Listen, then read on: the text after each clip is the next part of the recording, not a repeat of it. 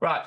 Okay. So David's asked a really good question. How do we change the timeframes on Sierra charts? So I thought, well, that's a really good question, Lloyd. Why don't we do a quick video on it? And that's what we're going to do. Then just, without further ado, switch to a blank screen. Okay, so we have a blank screen here. What you can see here is the ES on a 60-minute.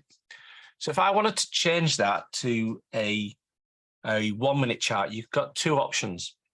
You can type in 1 and then M and then press return. And it automatically changes it. At the top of the chart, you can see there that it says 1 minute. Now, the slower way of doing this is to press F5 and bring up the chart menu and go to bar period and change it. So as you can see, the middle one is 1 minute, minutes and seconds. So obviously if I change that to 10 minutes, that would I'd type in 10 there and then press OK. Now, as you can see, it says 10 minutes up there. Now you may have a favorite time that you for your charts that you want to always be able to see quite quickly. So if you wanted to do this on a shortcut menu, then obviously what you've got here is you've got these bar periods all set here. So obviously you could, for instance, do it 3 hours and that'll bring you 3 hours up. So you can see there 180 minutes. So that's the chart and then bar periods.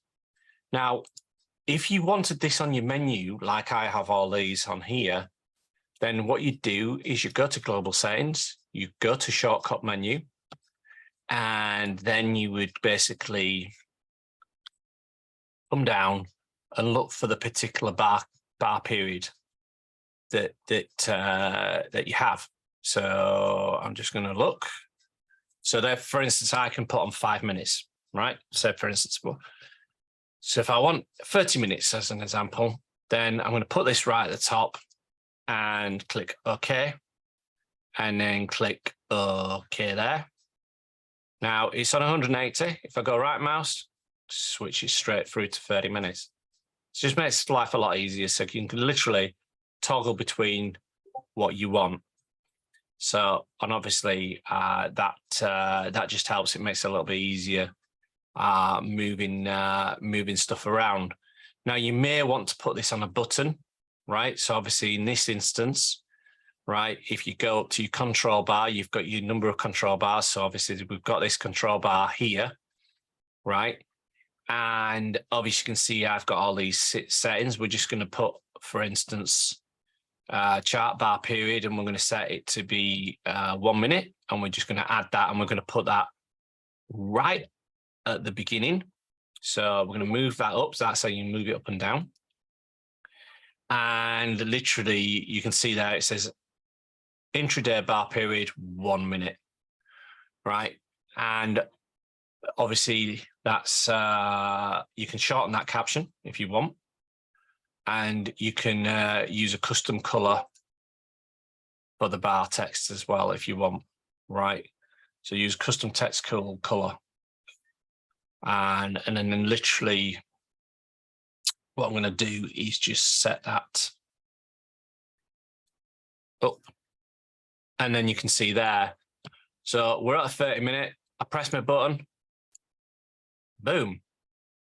So you could take the time up, and I mean, obviously I've got all these different ones that I've set up here, right? So I it's just for when I'm doing labels. Like obviously if I do a label up and say there's going to be a wash, that's a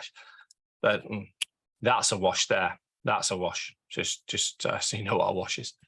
Just digressing a little bit here, right? I'm just going to get rid of all that.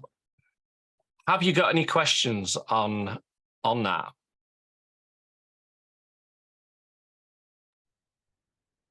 Two seconds. No. It's pretty simple stuff.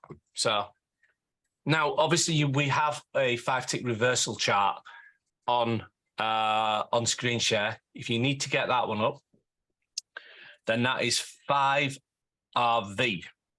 Stands for 5 reversal. Again, when you do that, you'll see it says reversal 5-tick. Boom. Here endeth the video.